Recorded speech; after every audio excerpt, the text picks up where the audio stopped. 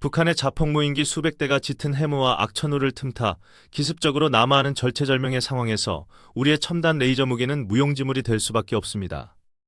대기를 가득 채운 수분 입자가 레이저 광선을 굴절시키고 산란시켜 파괴 에너지를 급격히 소모시키기 때문인데 바로 이때 진가를 발휘하는 한국의 괴물이 있습니다.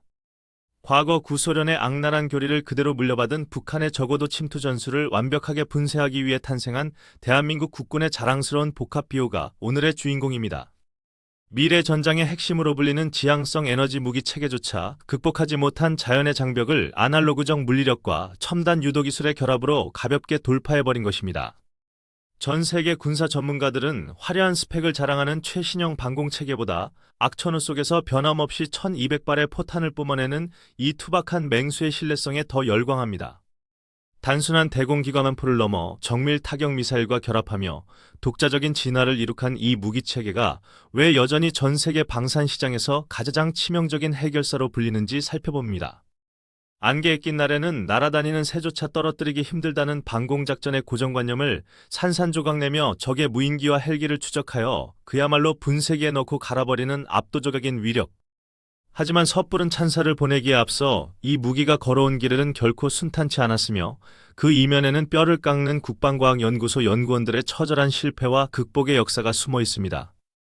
수십 년 전 아무런 기술적 기반도 없던 불모지에서 시작해 이제는 세계 최고의 단거리 방공망으로 우뚝 서기까지 피 튀기는 기술 독립의 과정을 낱낱이 파헤쳐 보겠습니다.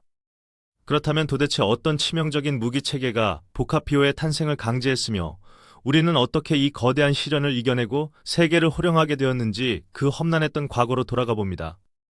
과거 대한민국 육군의 야전 방공망은 사거리가 짧은 20mm 발칸포에 절대적으로 의존하고 있었으며 레이더에 잡히지 않는 북한의 적어도 침투기 위협에 심각하게 노출되어 있었습니다.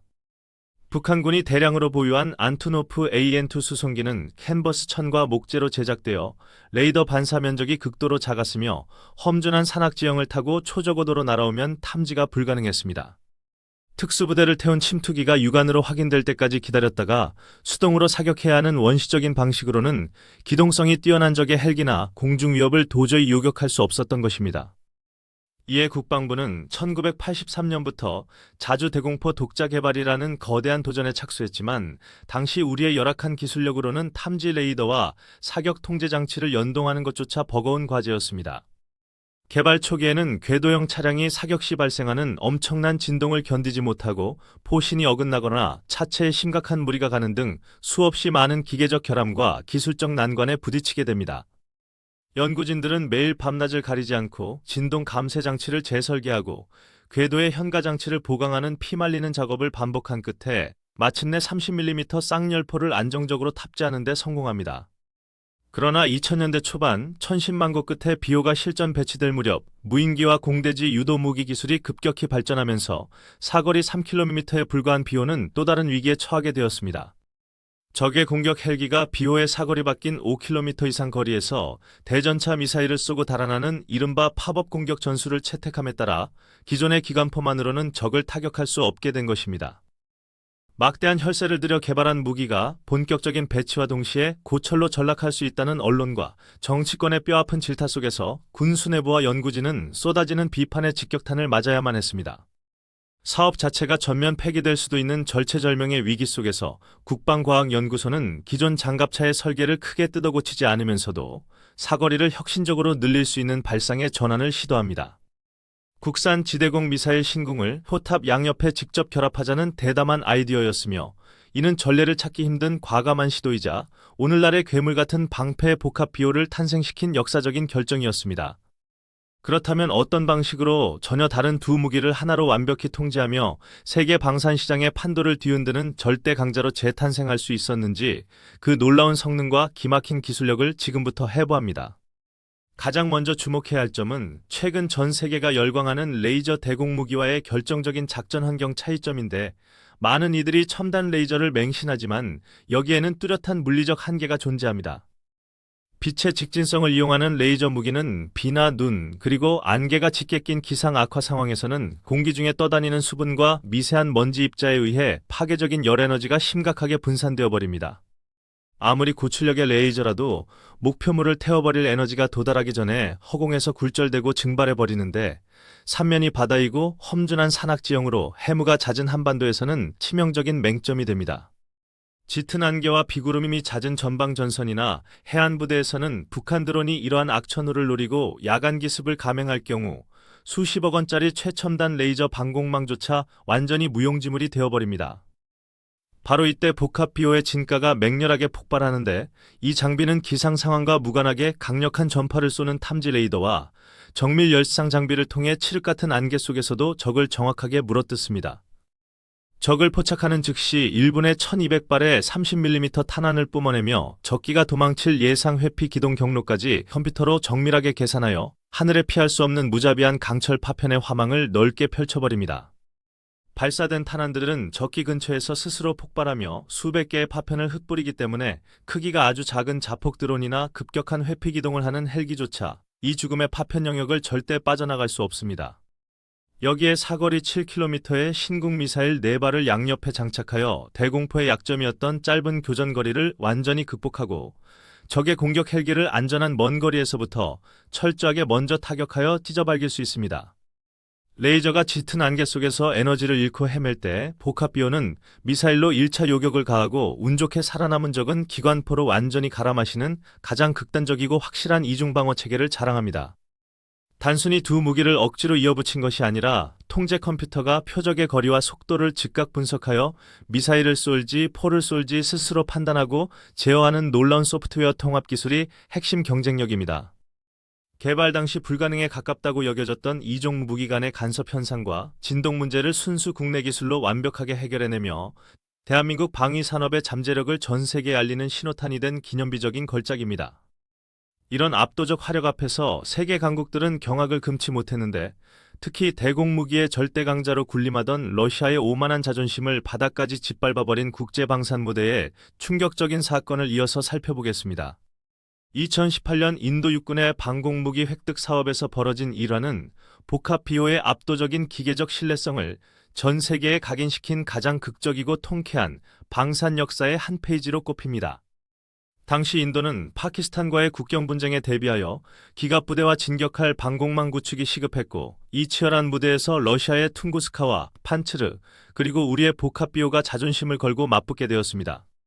초기에는 모두가 무기종주국 러시아의 압승을 예상했지만 인도 사막 특유의 살인적인 폭염과 끔찍한 모래폭풍 속에서 진행된 혹독한 실전평가에서 도저히 믿기 힘든 충격적인 대이변이 발생하게 됩니다. 러시아 장비들은 미세한 모래먼지를 견디지 못해 레이더가 멈추고 미사일이 빗나가는 촌극을 벌였지만, 우리의 복합비호는 단 한 번의 시스템 고장도 없이 날아오는 가상 표적들을 완벽하게 산산조각 내버렸습니다. 복합비호만이 인도의 가혹한 성능 평가를 완벽히 통과하자 다급해진 러시아 국방장관이 체면을 버리고 직접 인도를 방문해 평가 결과를 무효화하라는 노골적인 협박까지 가하는 어처구니없는 사태가 발생합니다.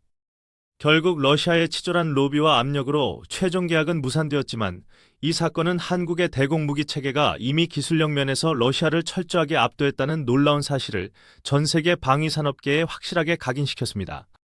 미 육군조차 차세대 방공망을 설계하며 기관포와 미사일을 융합한 복합비호의 작전 개념을 벤치마킹할 정도로 우리의 독자적인 기술력은 글로벌 방산 시장의 굳건한 단거리 방공 표준으로 당당하게 자리매김하고 있습니다. 사우디아라비아 역시 핵심 시설 방어를 위해 복합비호를 현지에서 테스트하며 모래폭풍 속에서도 고장 없이 작동하는 완벽한 기동성과 정밀한 드론 요격 능력을 자국군 수뇌부의 두 눈으로 똑똑히 확인하고 극찬했습니다. 이미 세계 최고에 도달한 이 방공무기가 여기서 진화를 멈추지 않고 다가올 미래 전장의 하늘을 어떻게 지배할 것인지, 우리 군이 치밀하게 준비하고 있는 웅장한 성능 개량의 미래 청사진을 지금부터 본격적으로 열어보겠습니다. 자폭 무인기들이 벌떼처럼 몰려오는 현대전 양상에 맞춰 우리 군과 방산업계는 복합비호의 눈 역할을 하는 레이더 탐지 능력을 새로운 차원으로 비약적으로 끌어올릴 대대적인 성능 개량 사업을 조용하면서도 굳건하게 추진하고 있습니다. 구형 기계식 레이더를 최신 전투기용 고성능 능동 위상 배열, 즉 A사 레이더로 전면 교체하는 방안이 군 당국과 방산업계 내부에서 가장 합리적인 진화 방향으로 깊이 검토되며 본격적인 선행기술 연구에 성공적으로 돌입한 상태입니다. 신형 A사 레이더가 통합되면 초소형 드론 수십 대가 쇄도해도 표적을 놓치지 않고 끝까지 추적하여 먼 거리는 미사일로 요격하고 가까운 거리는 기관포로 자비 없이 찢어버릴 수 있는 매의 눈을 가지게 됩니다. 자체 레이더에만 의존하지 않고 상위 부대의 거대한 방공 레이더로부터 적의 궤적 정보를 실시간 전달받는 데이터 링크 기술 역시 향후 성능 개량에 맞춰 개발업체 주도로 아주 활발하게 선행 연구가 진행되고 있습니다. 네트워크 연동 기술이 결합하면 최전방 방공망 전체가 신경망처럼 촘촘히 연결되어 적 드론의 대규모 야간 기습 침투를 입체적으로 탐지하고 분쇄하는 빈틈없는 거대한 지능형 철벽 방패가 비로소 진정한 완성을 맞이하게 됩니다. 훗날 레이저가 본격 도입되더라도 빛이 뚫지 못하는 짙은 안개나 폭우의 치명적인 방공 공백을 맹렬한 화력으로 채워줄 복합 비호는 우리 하늘의 굳건한 수호신으로서 주어진 방패 임무를 끝까지 훌륭하게 수행해낼 것입니다.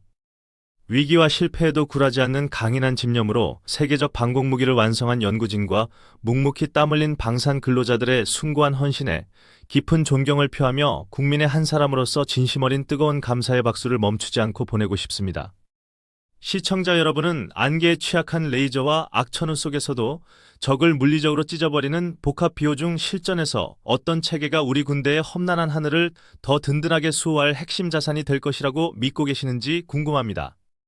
덧붙여 장갑차 성능 개선 방향이나 한국 방산업계가 나아갈 길에 대한 여러분의 훌륭한 견해를 자유롭게 하단 댓글란에 남겨주시오.